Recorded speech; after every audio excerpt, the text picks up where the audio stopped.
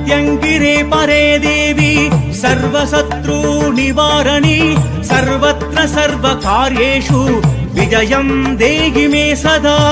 ॐ शं भद्रज्वालाजिह्वे कराळवक्त्रे कराळदंशे प्रत्यङ्गिरे शं ह्रीं ॐ अन्नम्। ఓం శ్రీమాత్రే నమః. ఓం శ్రీ గురుభ్యో నమః. అందరికీ నమస్కారాలండి. ఈరోజు వీడియోలో స్వర్ణాకర్షణ భైరవ మంత్రాన్ని చక్కగా ఇస్తాను బాబు. ఆ మంత్రాన్ని విధి విధానాలు చెప్తాను, చేసుకోండి. అయితే ఆ మంత్రం స్వర్ణాకర్షణ భైరవుడి గురించి నేను గత వీడియోలో చెప్పా.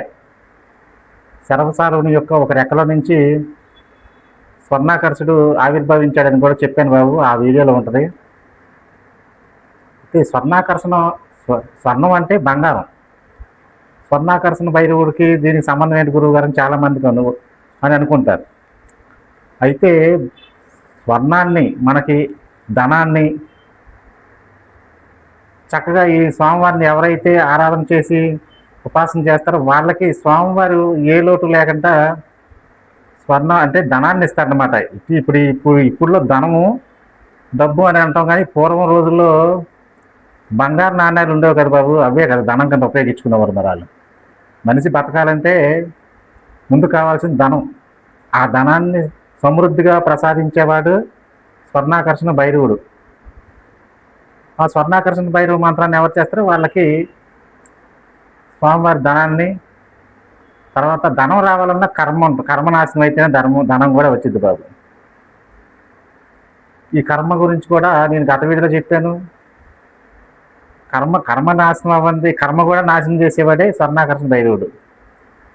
మన ముందు కర్మ పోయినాకే కదా, మనం చేసుకున్న పాపకర్మలు పోయినాకే మనకి ఆ ధనాన్ని ప్రసాదిస్తాడు భైరవుడు.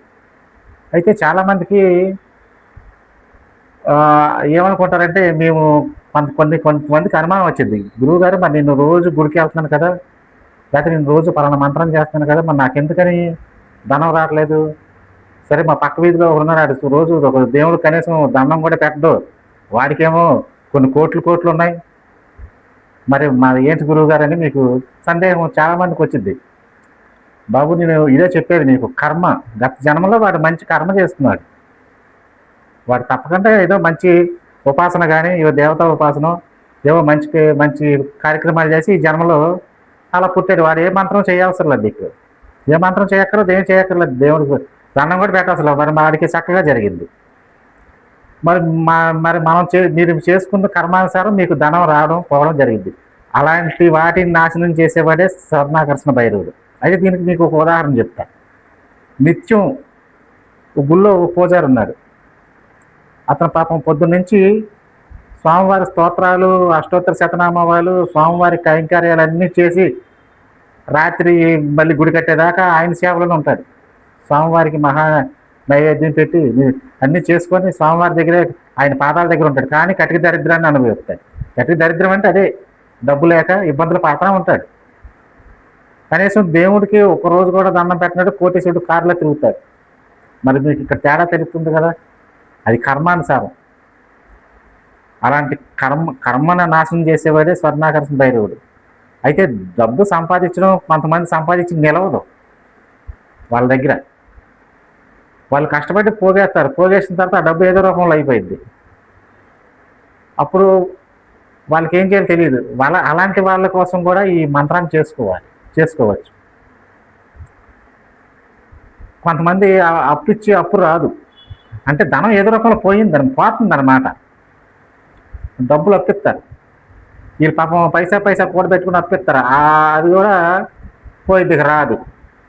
అలాంటివి జరగకుండా చక్కగా ఈ మంత్రాన్ని ఎవరైతే స్వర్ణాకర్షణ భైరవుని ఉపాసన చేసుకుంటారో వాళ్ళకి ధనం నిలిచిద్ది, పాపకర్మలు నాశనం అవుతాయి, చక్కగా అన్నీ బాగుంటాయి.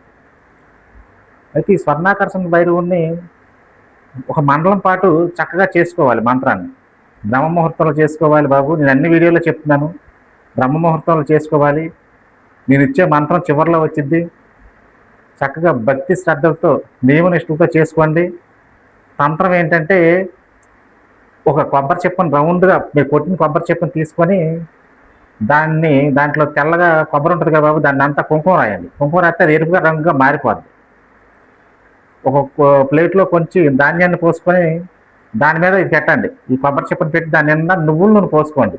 నువ్వుల నూనె స్వామివారికి వశీకరణానికి అనమాట ఉపయోగపడింది. నువ్వుల నూనె పోసుకోండి, మంచి నువ్వుల నూనె పోసుకోండి బాబు. తర్వాత ఒక ఎరుపు క్లాత్ తెచ్చుకొని అందులో మిరియాలు చిన్న మూట కట్టండి. చిన్న మూట కట్టి ఆ పైకి ఒత్తులా పెట్టుకుని అందులో దింపండి. ఆ కొబ్బరి చిప్పలో ఇలా దింపండి. పైకి అది ఒత్తులా ఉండాలి. అది వెలిగించి మంత్రాన్ని చేసుకోండి. ప్రతి శనివారాలు చేసుకోండి. మంగళవారం శనివారం ఈ దీపం పెట్టుకోండి. ఈ దీపం పెట్టుకుంటే ఇది చాలా అద్భుతమైన తంత్రం అనమాట. ఇది పెట్టుకొని మీరు ఆ జపం చేస్తా ఉంటే అద్భుతమైన శక్తి పుట్టింది అక్కడ. భైరవుడికి నిమ్మకాయ బలించుకోవచ్చు. గుమ్మడికాయ ఇంట్లోకి డైరెక్ట్ తీసుకెళ్ళకూడదు, బయట కట్ చేసి గుమ్మడికాయ ముక్కలు పెట్టుకోవచ్చు. అంతే. ఇక అంతకుమించి ఒక వామాచారం అవన్నీ అవసరం లేదు. స్వర్ణాకర్షణ బయటని సాత్వికంగా చేసుకోవాలి. స్వామివారికి ఇష్టమైనవి అన్నీ పెట్టుకోవచ్చు, పులిహార అన్నీ మీకు తోచింది పెట్టుకొని చక్కగా ఒక 48 రోజులు మండలం పాటు చేసుకోండి. ఇప్పుడు నేను ఈ వీడియోలో స్వామివారి ధ్యాన శ్లోకాన్ని చెప్తాను. అది మీరు చెప్పవసరం లేదు. అది చక్కగా వింటా మీరు పూజ చేసుకోండి. అష్టోత్తర శతనామాలు చేసుకోవచ్చు. స్వామివారిది ధ్యాన శ్లోకం అవి చేసుకున్నాక మంత్రాన్ని నియమనిష్టలతో చేసుకోండి.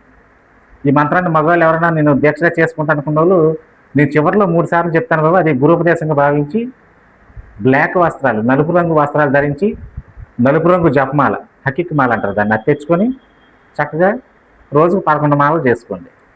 పొద్దున్న సాయంత్రం మీద 11 మాలలు చేసుకోండి బాబు. సింపుల్గా చేసుకోవచ్చు. ఒక మాల చేసాం శక్తి పుట్టలేదంటే కుదరదు కదా. ఎలా పుట్టింది? 11 మాలలు మన శరీరాన్ని కష్టపడితేనే మీకు ఫలితం వచ్చింది. అలా చక్కగా చేసుకోవచ్చు. ధ్యాన శ్లోకం వచ్చింది బాబు. ఇప్పుడు ఒకసారి ఈ ధ్యాన శ్లోకాన్ని వినండి. విని మీరు పూజ చేసేటప్పుడు పెట్టుకోండి. స్వర్ణాకర్షణ భైరవ ధ్యాన శ్లోకం బాబు, జాగ్రత్తగా చూసుకోండి. పారిజాత ధూమ్రకాంత రేస్థితో మాణిక్య మండపే సింహాసనాగతం వందే భైరవం స్వర్ణదాయకం గాంగేయ పాత్రం ధమరుకం త్రిశూలం వరం కరః సందదాతం త్రినేత్రం దేవ్యాయుతం తప్త సువర్ణవర్ణ స్వర్ణాకర్షణ భైరవమాశ్రయామి. ఇప్పుడు ఈ ధ్యాన శ్లోకాన్ని మీరు పూజ చేసేటప్పుడు ఒక పేపర్ మీద మీరు రాసుకోవచ్చు. లేకపోతే ఇది ఎంత మీరు పూజ చేసుకోవచ్చు బాబు. ఎవరైనా సరే చేసుకోవచ్చు అమ్మా. ఈ మంత్రాన్ని ఇలా ఒక మండలం పాటు ఈ మంత్రాన్ని చేసుకోండి. చాలా అద్భుతమైన స్వర్ణాకర్షణ భైరవ మంత్రం బాబు ఇది. మీ ఇంట్లో ఈ మంత్రం చేసుకున్నాక ధనానికి కానీ దేనికి లోటు ఉంటుంది బాబు. చక్కగా ఆడవాళ్ళైనా చేసుకోండి అమ్మా. శుచి శుభ్రతతో చేసుకోండి. మీకు ఏదైనా డౌట్లు ఉంటే కామెంట్లో పెట్టండి అమ్మా. ఓం శ్రీ మాత్రే నమః. ఓం శ్రీ గురుభ్యో నమః.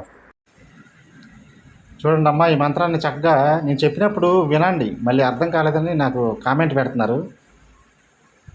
ఓం నమో భగవతే స్వర్ణాకర్షణ భైరవాయ ధన ధాన్య వృద్ధికరాయ శీఘ్రం ధనం ధాన్యం స్వర్ణం దేహి దేహి వస్య వస్య కురు కురు స్వాహ.